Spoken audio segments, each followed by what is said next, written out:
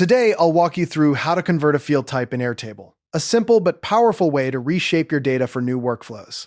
If you find this helpful, be sure to like and subscribe, and let's get right into it.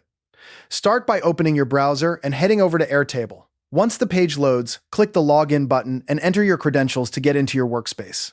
After you're signed in, open the base you want to edit.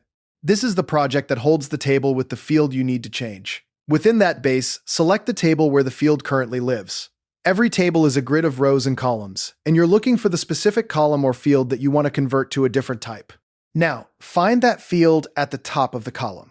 Click the small drop-down arrow that appears when you hover over the field name. A menu will pop up, and from that menu, select Edit Field. This opens the Field Settings panel on the right side of your screen, where you can customize everything about that column. Your main focus here is the Field Type option. This is what determines whether the field accepts text, numbers, dates, and so on. Click on the current field type, which might say something like text or number, and you'll see a list of all available types.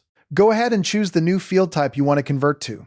This is where you need to pay close attention because Airtable will often show a warning message about potential data changes. For instance, converting a text field to a number may strip out non-numeric characters, or switching a date field to text could change how your dates are formatted. Read that warning carefully. It's there to protect your data from accidental loss. If you're confident the conversion is safe, click Save or Update field to finalize the change. After saving, take a moment to check your data in the table. Scroll through a few records to make sure everything looks correct and that no information got scrambled or removed. As a best practice, before you start converting, it's a smart idea to duplicate your field or create a backup view. That way, if something doesn't go as planned, you can easily revert without losing any original data. And there you have it. You've successfully converted a field type in Airtable.